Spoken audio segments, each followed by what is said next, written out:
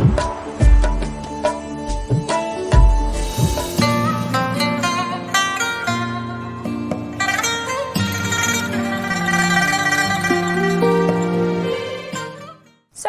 when exactly is your foreign classmate going to arrive? Oh, hang on. Let me see. I think it's about the time. Which country is your foreign classmate from, by the way? I remember you told me before, but I forgot. He's from Uzbekistan. Oh, now I remember the country on the Asian Silk, right? Yes. I saw a documentary named The Belt and Road, produced by CCTV the other day. Uzbekistan was also introduced in that. Yeah, it has also joined the Belt and Road Initiative. That's why he's currently studying at my university as an exchange student. Oh. Oh, it must be him. Remember, he's from another country, so he does not necessarily act like a Chinese, okay? Okay. Here you are. We've been expecting you all morning. We just set the table and come on in. Don't stay outside in the cold. Let me introduce you to each other. Mom, this is my friend Ali from Uzbekistan. Nice to meet you, ma'am. And Ali, this is my mom. Nice to meet you. I'm very glad you accept the invitation. It's so kind of you. I'm glad to be here. Let me get some tea for both of you. Ali, black tea or green tea? Black tea, please. Okay. I'm afraid we don't drink green tea back home. No sugar and milk, please. That's exactly how we drink tea here too. I'll be right back. Okay. Now come sit here. Let me take care of the hat. Oh, you meant my dopey? Thank you. I would like to keep it.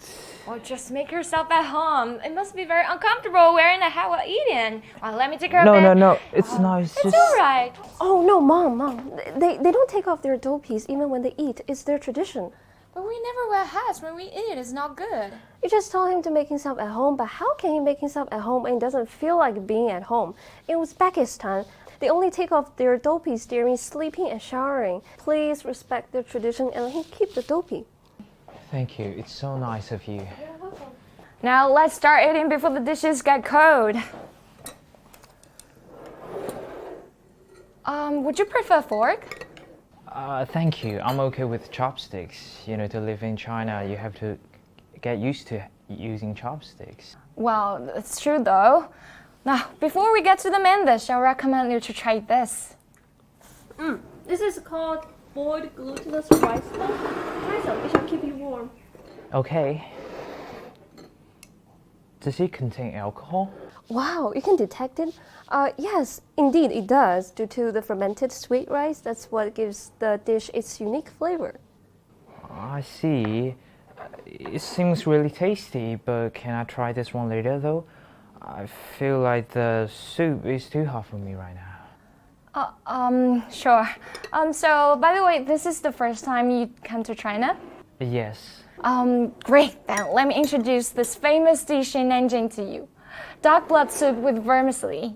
You gotta try some. It took me quite a lot of time to get all the ingredients. Yeah, no, you were coming here to have lunch. She got up at 5 o'clock this morning to buy the ducks that were raised in the field, which tastes really good.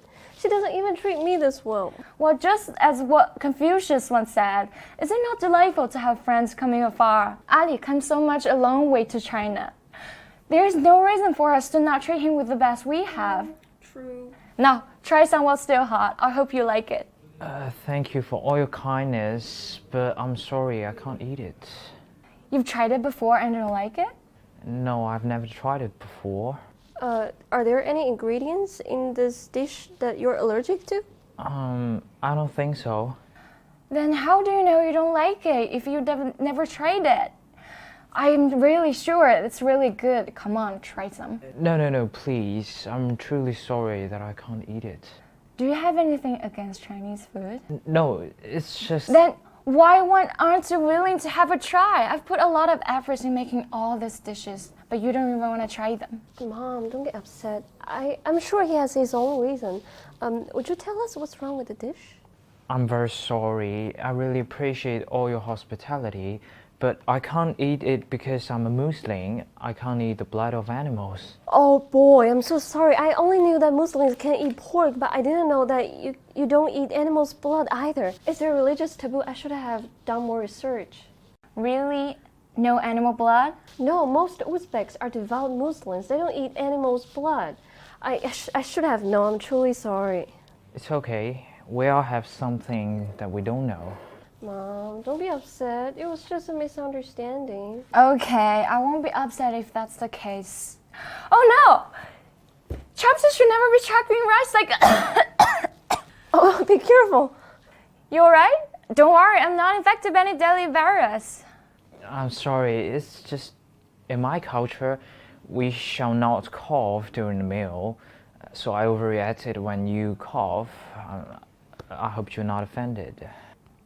I see, there are indeed many differences between us and people from other countries. I didn't put much stock in what you told me because I always thought as we are all human beings, we must have more in common than we have differences. But today, my horizon has been greatly broadened for sure. See, I told you. I'm learning along the way too. By the way, you just said I can't put the chopsticks like this. No, it's not allowed in China. It's very ominous. Yeah, because when we worship the dead, we place the incense vertically in the burner, and due to the similar appearance, when chopsticks are shoved in the rice, they look exactly like incense in the burner that are presented to the dead. So it's better that we place the chopsticks flat on the bowl, or we put it on a chopstick stand. Ah, now I get it. No wonder you choked. I don't intend to see a lot of this soon. Let's see, the food is getting cold. That's right. So, Ali, do you plan to stay in China in the future? I haven't made up my mind yet, but one thing for sure is that I won't go back to Uzbekistan anytime soon. In fact, I plan to apply for a postgraduate degree in China. Oh, they have to learn Chinese for sure. Yes, I will have to pass HSK4. Ah, got it. Chinese can be really difficult to learn as a second language. But if you need any help along the way or you want a language partner, you can turn to us. Yes, at any time. Whenever you need help in China, we'll be here. That's super sweet. Thank you so much. It's okay. You're super welcome.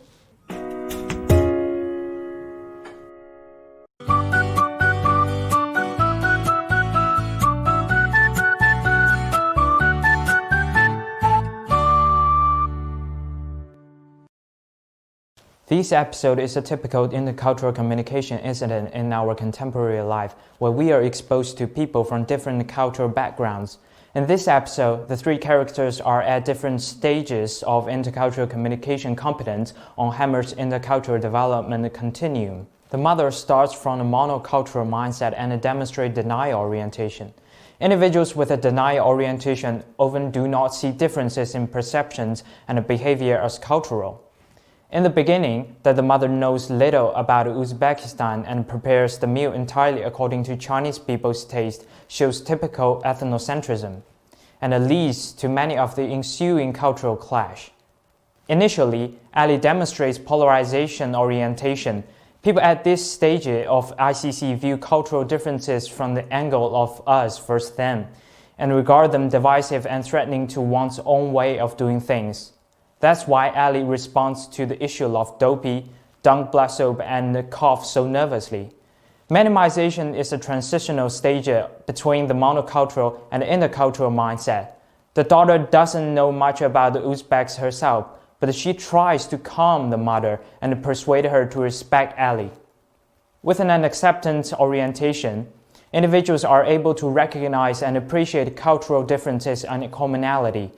As the plot unfolds, the mother and Ali start to put the differences in perspective and are eager to learn more about each other's culture.